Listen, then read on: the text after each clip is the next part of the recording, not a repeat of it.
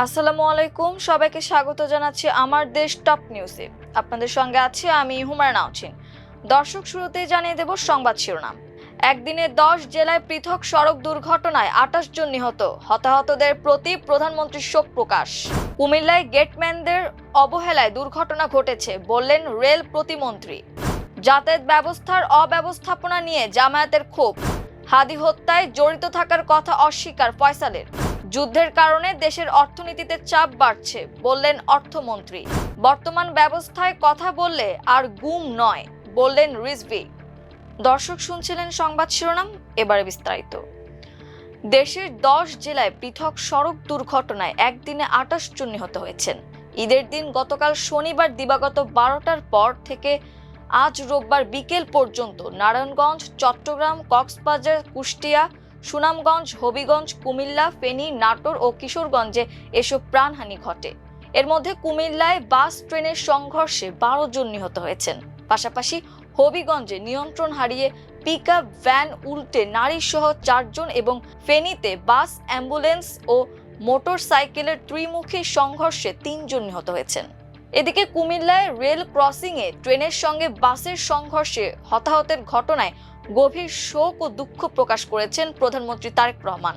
সম্প্রতি বগুড়ায় ট্রেন দুর্ঘটনার পর শনিবার দিবাগত মধ্যরাতে কুমিল্লায় ট্রেন দুর্ঘটনার নেপথ্যে কারণ অবিলম্বে খুঁজে বের করতে প্রধানমন্ত্রী নির্দেশ দিয়েছেন।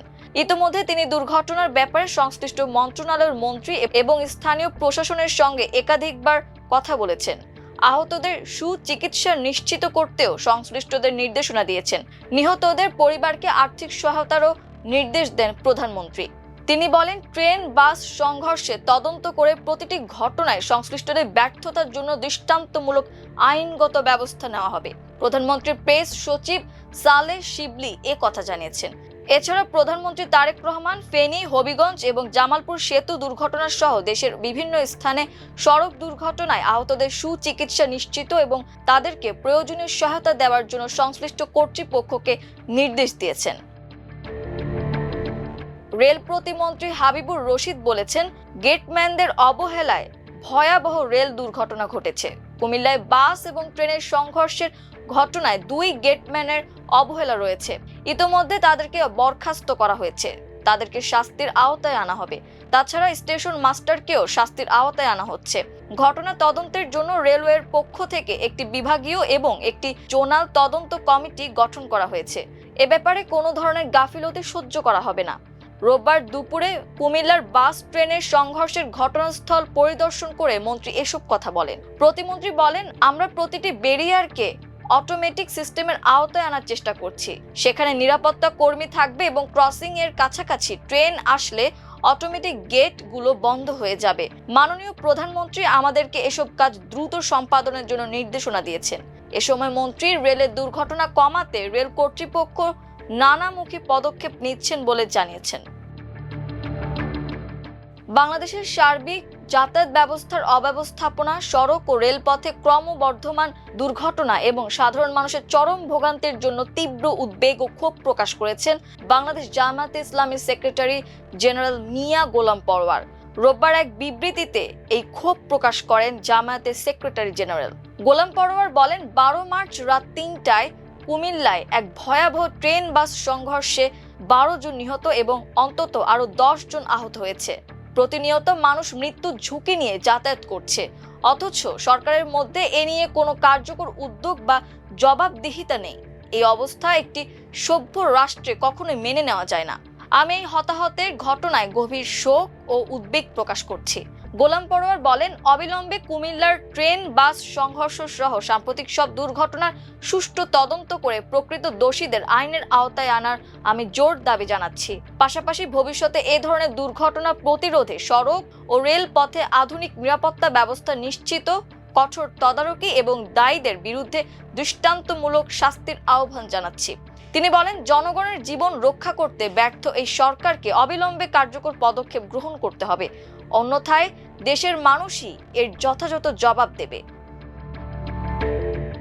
শহীদ শরীফ ওসমান হাদি হত্যাকাণ্ডের প্রধান আসামি ফয়সাল করিম মাসুদ এবং তার সহযোগী আলমগীর হোসেনকে ভারতে পুলিশ হেফাজতে জিজ্ঞাসাবাদের পর কারাগারে পাঠিয়েছে পশ্চিমবঙ্গের একটি আদালত। সেখানে ফয়সাল করিম দাবি করেছেন তিনি ওসমান হাদি হত্যাকাণ্ডে জড়িত নন। ৮ মার্চ ফয়সাল ও আলমগীরকে পশ্চিমবঙ্গ বাংলাদেশ সীমান্ত লাগোয়া বনগাঁ এলাকা থেকে আটক করে পশ্চিমবঙ্গ পুলিশের বিশেষ টাস্ক ফোর্স বা এসটিএফ। অনুপ্রবেশের অভিযোগে গ্রেপ্তারের পর পুলিশ দুজনকে জিজ্ঞাসাবাদের জন্য 14 দিনের জন্য রিমান্ডে নিয়েছিল। জিজ্ঞাসাবাদ শেষে আজ রোববার ফয়সাল ও আলমগীরকে পশ্চিমবঙ্গের উত্তর 24 পরগনা জেলার বিধাননগর মহকুমা বিচার বিভাগীয় আদালতে হাজির করা হয়। আদালত দুজনকে 12 দিনের জন্য কারা হেফাজতে রাখার নির্দেশ দেন। আগামী 2 এপ্রিল আবার আদালতে হাজির করা হবে তাদের। আদালতে নেওয়ার আগে দুজনের স্বাস্থ্য পরীক্ষা করায় বিধাননগর পুলিশ। আদালতে নেওয়ার পর উপস্থিত সাংবাদিকেরা ফয়সালকে বাংলাদেশে ওসমান হাদি হত্যাকাণ্ডের বিষয়ে প্রশ্ন করেন। জবাবে ফয়সাল বলেন, আমি এই কাজ করিনি, এসব কাজের সঙ্গে আমি যুক্ত ছিলাম না। সাংবাদিকেরা তার কাছে জানতে চান, তবে কি আপনাকে ফাঁসানো হয়েছে? তবে এই প্রশ্নের উত্তর এড়িয়ে যান ফয়সাল। তবে এসটিএফ সূত্র জানিয়েছে, জিজ্ঞাসাবাদে ফয়সাল ও আলমগীর ঢাকায় ওসমান হাদিকে হত্যার বিষয়টি স্বীকার করেছেন। এদিকে একই সঙ্গে কারাগারে তাদেরকে ভারতীয় জাতীয় গোয়েন্দা সংস্থা ন্যাশনাল ইনভেস্টিগেশন এজেন্সি জিজ্ঞাসাবাদ করবে বলে জানায় আদালত।